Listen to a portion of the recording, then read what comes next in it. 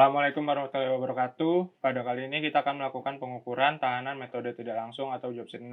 Pada pengukuran ini bertujuan untuk kita dapat mempergunakan ampere meter dan voltmeter untuk mengukur tahanan. Yang kedua, mahasiswa dapat membuat rangkaian untuk pengukuran tahanan rendah dan tahanan tinggi. Yang ketiga, dapat menyimpulkan hasil praktikum. Dasar teorinya pada umumnya pengukuran tahanan menggunakan metode voltmeter, ampere meter, karena instrumen-instrumen ini biasanya tersedia di lab. Jika tegangan antara ujung tahanan dan arus melalui tahanan tersebut diukur, maka tahanan yang tidak kita ketahui dapat ditentukan berdasarkan rumus hukum Ohm, yaitu R sama dengan V bagi I. Rumus di atas mengandung arti bahwa tahanan ampere meter adalah 0 dan tahanan voltmeter tak terhingga. Terlihat di sini gambar A merupakan rangkaian yang bagus untuk pengukuran tahanan tinggi karena ada voltmeter terlebih dahulu sehingga tidak merusak ampere meter. Sementara gambar B adalah bagus untuk pengukuran tahanan rendah karena arus dari tahanan rendah tidak akan merusak ampere meter. Lalu ini ada 3 gambar rangkaiannya. Di sini ada bahan-bahan juga, yaitu power supply DC, voltmeter DC, ampere meter DC, resistor, dan multimeter. 3 gambar ini sudah saya gambar di Circuit Wizard. Ini gambar A, ini gambar B, nah ini gambar kedua rangkaian yang dirangkai selaras atau gambar C.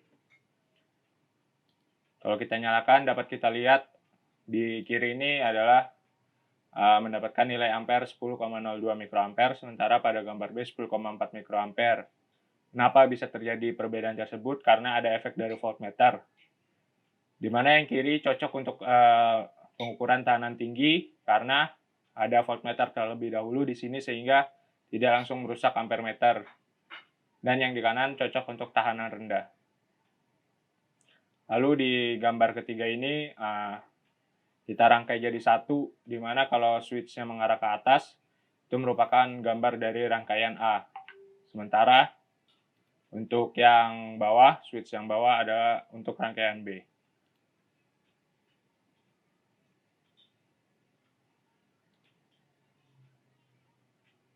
Lalu kita buka lagi job sheet-nya, di mana ada data pengukuran yaitu volt, lalu posisi switch berada di posisi 1 atau 2, lalu di sini adalah nilai volt yang terbaca, lalu di sini nilai arus yang terbaca, lalu ada tahanan hitung dan tahanan ukur langsung dan kesalahan. Nah, pada kesempatan kali ini kita akan mengisi praktikumnya terlebih dahulu. Nah, untuk percobaan pertama menggunakan V-sumber sebesar 20 dan resistor sebesar 1 mega ohm. Untuk di switch 1 terbaca arusnya di 20,07 mikroampere. Sedangkan di switch 2 terbaca sebesar 20,11 mikroampere. Dan resistansi resistornya terbaca di 99,02 kilo ohms. Untuk percobaan kedua, kita menggunakan resistor sebesar 2 mega.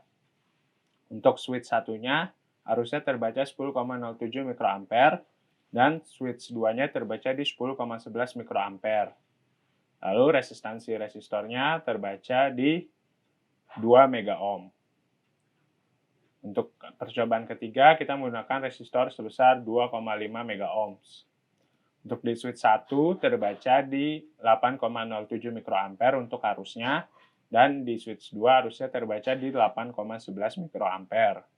Lalu resistansi resistornya kita lihat di sini sebesar 2,49 mega ohms. Untuk percobaan keempat, kita menggunakan resistor sebesar 3 mega ohms, di mana switch satunya terbaca di 6,74 mikroampere untuk arusnya, dan di switch 2 terbaca di 6,78 mikroampere. Lalu untuk resistansi resistornya terbaca di 2,99 mega ohm. Lalu untuk percobaan kelima, kita menggunakan resistor sebesar 3,5 mega ohms. Untuk switch satunya, arus yang didapatkan sebesar 5,79 mikroampere, dan switch 2 5,83 mikroampere. Untuk resistansi resistornya sebesar 3,49 mega ohm.